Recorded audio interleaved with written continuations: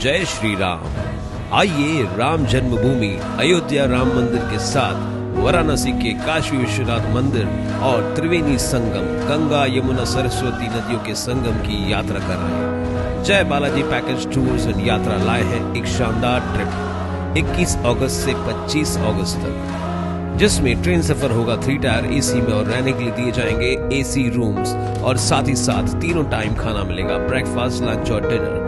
और ट्रैवल के लिए होगी एसी बस केवल 12,200 रुपए में। जल्द ही बुकिंग करें, केवल 144 लोगों के लिए ही जगह बाकी है। टाउन दर्शन न्यूज, समाचार ही नहीं विचार भी।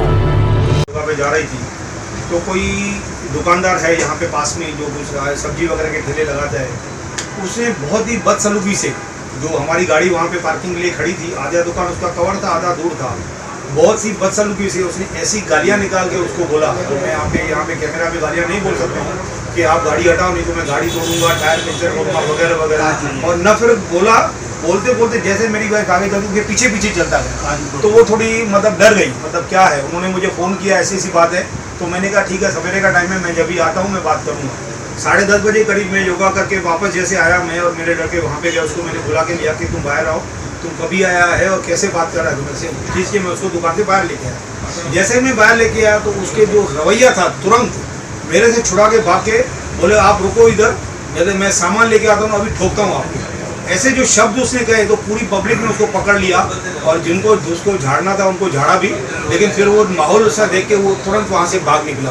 तुरंत मैंने पुलिस को फ़ोन किया, पुलिस आई, उससे दुकान वगैरह बंद करवाया।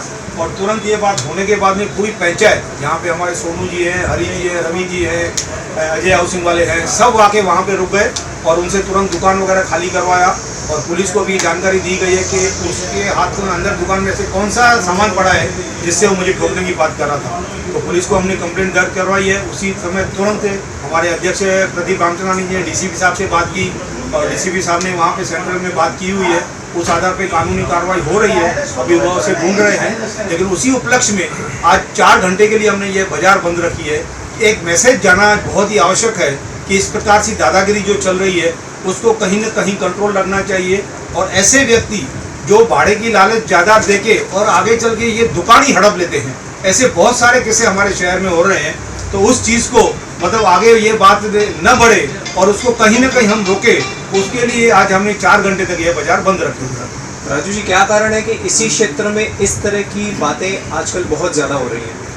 देखिए, आप जो बोल रहे हैं इसी क्षेत्र की बात, तो मैं यूँ न कह के पूरे शहर में ऐसी बातें बहुत से हो रही है। और ऐसे हमारे एरिया में 1-2 किस्से ऑलरेडी जो आप बोल रहे हैं बिल्कुल सही है, पहले भी ये किस्से हुए हैं। जब उसी बात को ध्यान में रखते हुए हम सब दुकानदार एक साथ में बैठे और हमने मीटिंग की यहाँ पे कि इस चीज़ को कहीं ना कहीं अंकुश लगना चाहिए, क्योंकि कहीं ना कहीं हमारा साथ होने की कमी की वजह से, साथ न होने की कमी की वजह से ये बातें होती है। और उसी बात को ध्यान में रखते हुए आज ये विरोध प्रदर्शन हमने किया हुआ।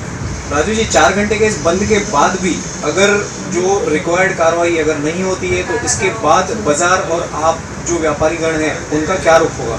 100% मतलब मुझे उम्मीद है, जिस प्रकार से हमारे अध्यक्ष ने डीसीपी साहब से बात की है और अभी पुलिस चौकी से मुझे फ़ोन आ रहा है कि शायद वो उसको घर में लेने गए हैं, जो भी कुछ कार्रवाई करनी है।